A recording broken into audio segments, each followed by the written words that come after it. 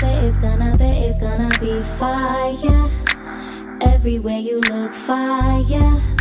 And I can almost see it now.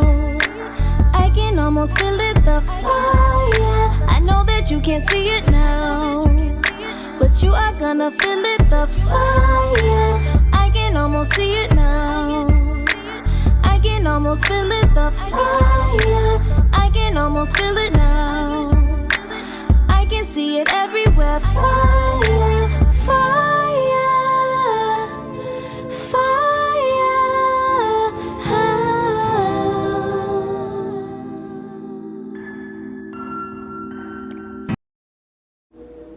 Shalom. This is Matthew chapter 24 and verse 29. Immediately after the tribulation of those days shall the sun be darkened, and the moon shall not give her light, and the stars shall fall from heaven, and the powers of the heaven shall be shaken. I want to give all the praise and glory and honor to Yahweh, Ba'ashem, Yahushai, Ba'ashem Rakakwadash, and double honors to the elder apostles and the elders of Great Millstone, who rule well and teach well through the Spirit, and a mighty shalom to the hopeful elect in the same Spirit. Lord willing, as a whole, that y'all continue in sound doctrine. Shalom to the Akwaf, the sisters of this faith. Lord willing, that you continue to pursue your lot, which is being a loving and silent and virtuous wife. And Lord willing, Yahweh Shemashai has mercy on the other brothers and sisters that's not in faith. The title of this lesson is, When Babylon Fall, There is Going to Be Fire. What we read in Matthew 24, verse 29 shows you that the stars that shall fall from heaven is not talking about literal stars. It's speaking about the missiles, right? Because when people might say shooting stars, it's synonymous to the actual look when missiles are falling from the sky. Look like so-called shooting stars. Those are the stars it's speaking about. It's not speaking about the literal stars that's out in space is falling. No, he's just talking about missiles. But let's go to Isaiah, the 13th chapter, verse 19 to 21. In Babylon, the glory of kingdoms, the beauty of the Chaldees, excellent shall be as when the Most High overthrew Sodom and Gomorrah, right? This is going to be symbolic to what the Lord did to Sodom and Gomorrah, right? Why is it going to be symbolic? It's because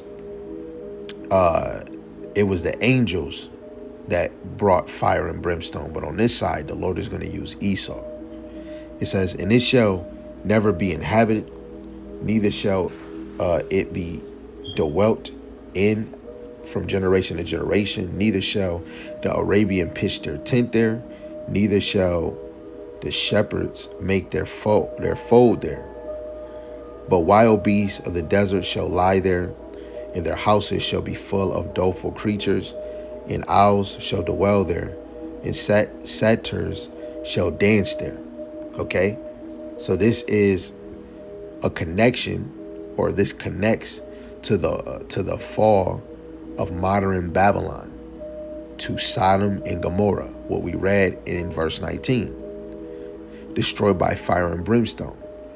You know, you could precept that with Genesis, the 19th chapter, verse 24 to 25. But though the angels made that fire out of the elements, the Lord is using Esau on this side, where he's creating the elements and making an ICBM missile. Okay, now let's go to Isaiah, the 47th chapter, and let's read verse 1. It says, come down and sit in the dust, O virgin daughter of Babylon. Sit on the ground, there is no throne, O daughter of the Chaldeans, for thou shalt no more be called tender and delicate. Right now, when we're speaking about missiles, fire, ancient Babylon was not destroyed by fire. Ancient Babylon was overtaken by the Persian Medes. So let's drop down to 14. And it reads, it says, behold, they shall be as stubble. The fire shall burn them. They shall not deliver themselves from the power of the flame. There shall not be a coil to worm at or warm at, nor fire to sit before it. Okay? So Yahweh's judgment consumes Babylon with fire, showing no escape from judgment. That's why it's inevitable. Okay? If you're under the sun, you're gonna be in this action. Jacob's trouble, right? The missiles dropping. That's where the elect are gonna get scarcely saved. The scene that the Lord is gonna have in these last days is gonna be better than any movie you have ever watched. Okay? So this is Jeremiah, the 50th chapter, in verse 32.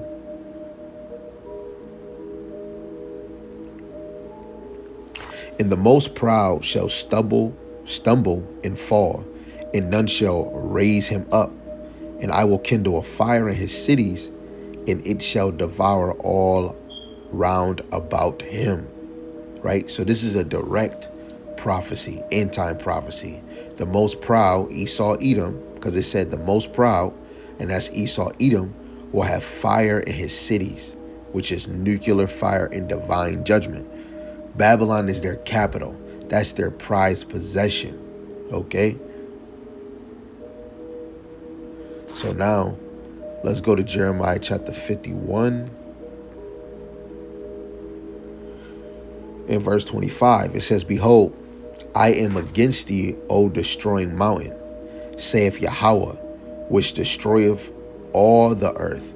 I will stretch out my hand upon thee, and roll thee down from the rocks, and will make thee a burnt mountain. When you go to Isaiah 13, he tells us to lift up a banner upon the high mountain. America is that high mountain where everything stems, everything is drawn to America. But eventually, America is going to be a burnt mountain, okay? Going into Babylon, called, symbolically or metaphorically, it's called a burnt mountain. A mountain, especially when you look at the peak of it, it sits high. Babylon sits high, representing complete destruction by fire, right? A burnt mountain from head to toe, right? So America, from 50 states, from all the way from the right, all the way to the left, from the top to the bottom, right, is going to be a burnt mountain. Now, let's go to Malachi 4:1. For behold, the day cometh that shall burn as an oven, and all the proud, which we just read a verse on the proud, yea, and all that do wickedly shall be stubble. In the day that cometh shall burn them up, saith Yahweh of hosts, that it shall leave them neither root nor branch. Right? And that's going into that thermonuclear destruction and judgment fire when Yahushua return. This is why brothers is bringing out the same prophecies, bringing out the same points, because this is real, and eventually it's going to be your real reality. And if you didn't take heed to listen to the warnings, it's off with your leg, it's off with your face, right? The 2/3 are going to have it worse. So take heed to these warnings, okay? Because nobody's going to be able to survive those nukes wherever they touch down on. So this Isaiah, the 34th chapter, in verse 8 to 10, it says, For it is the day of Yahweh's vengeance, in the year of recompense, the year of repay, for the controversy of Zion. And the streams thereof shall be turned into pitch, and the dust thereof into brimstone, and the land thereof shall become burning pitch. It shall not be quenched night nor day. The smoke thereof shall go up forever, from generation to generation, and it shall lie waste. None shall pass through it forever and ever. That fire is going to go for a appointed time. Okay? So this is going to be a perpetual smoke rising, the aftermath of divine fire, let alone when you understand about the chariots.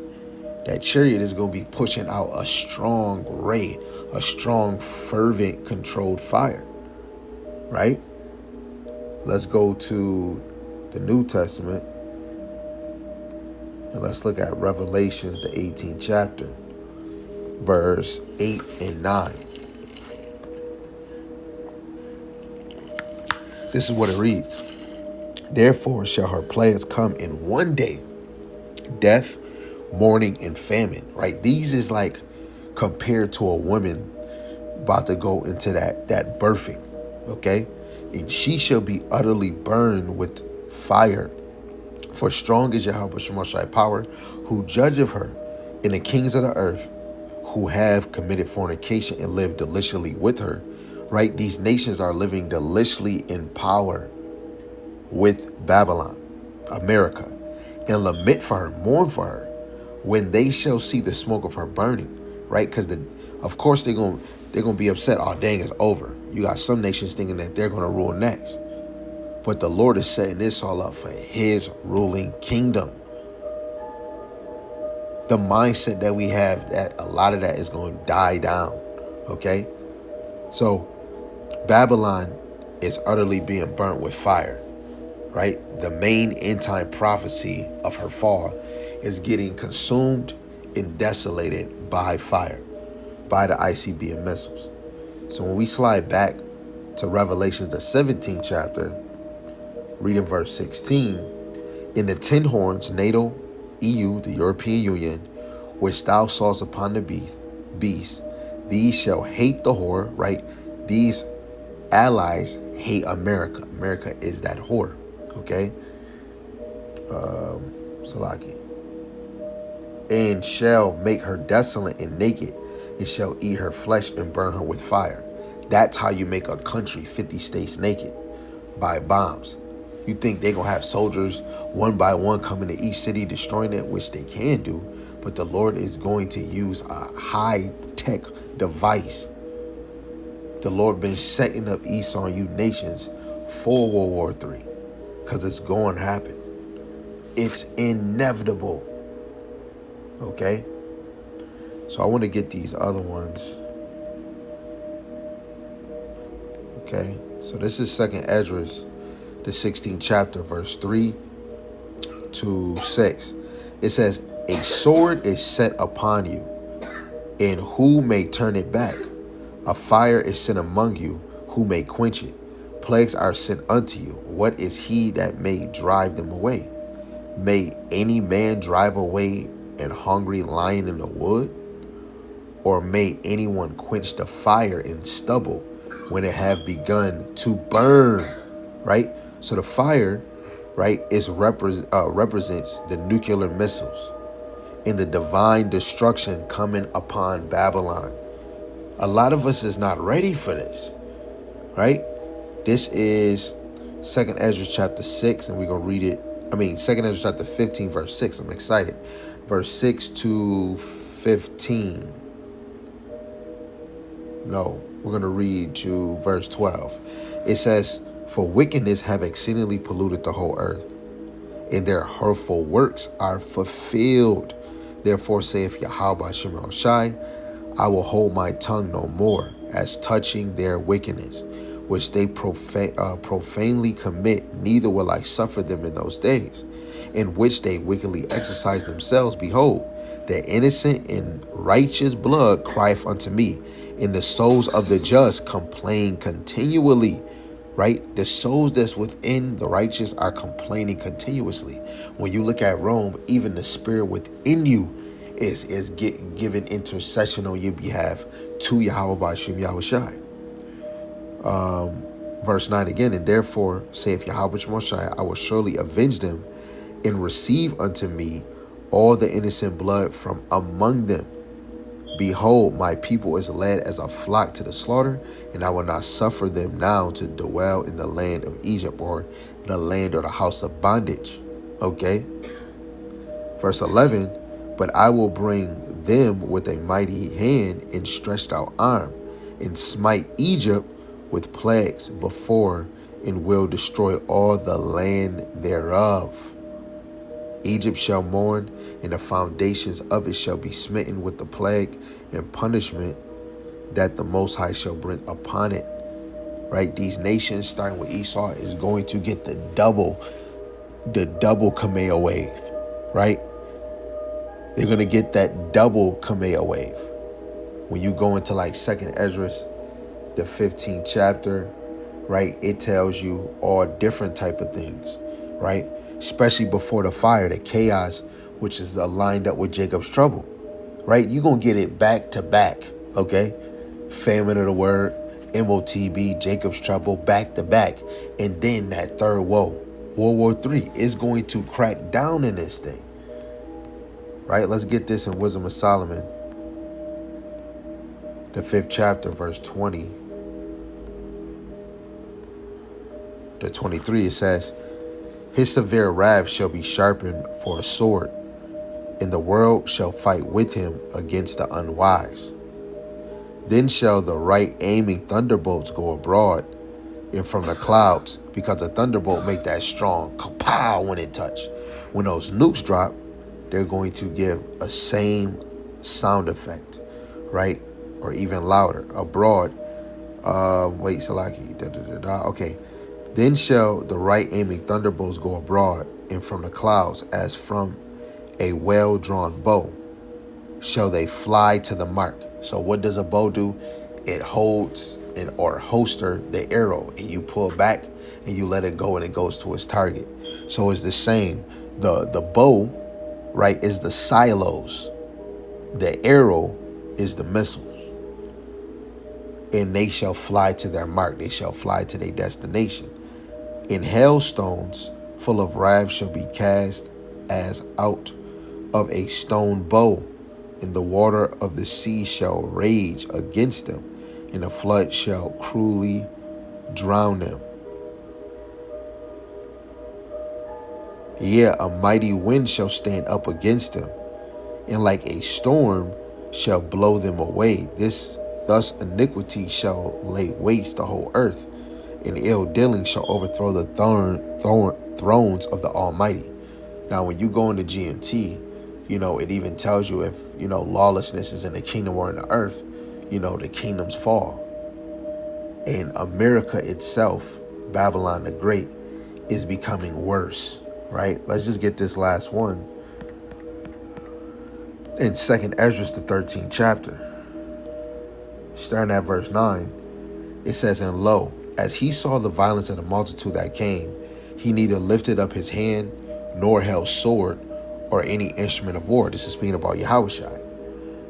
But only I saw that he sent out of his mouth, as it had been a blast of fire, and out of his lips a flaming breath, and out of his tongue he cast out sparks and tempests.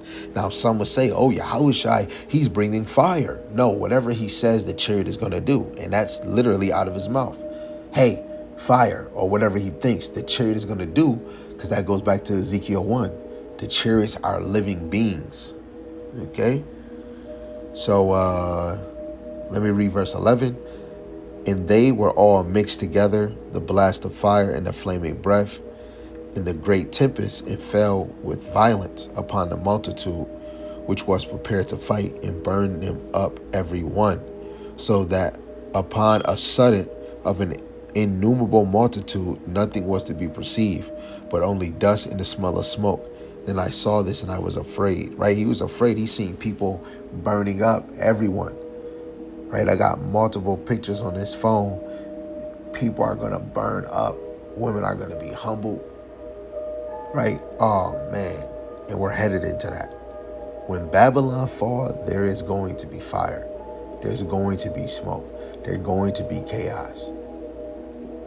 I want to give all praise, glory, and honor to Yahweh Bashem Shai Bashem Kakwadash for allowing me to do this lesson. Lord willing, you was edified.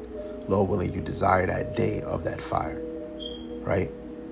Lord willing, Yahweh Bashem Shai allow the men of the Lord to continue in sound doctrine, and that the Akwaf, the sisters of this faith, continue to pursue their lot, which is being a loving and silent and virtuous wife. And Yahweh Ratazah, Lord willing, Yahweh Bashem Shai has mercy on the other brothers and sisters that's not in the faith. With that, Shalom, Shalom, Abba, Abba.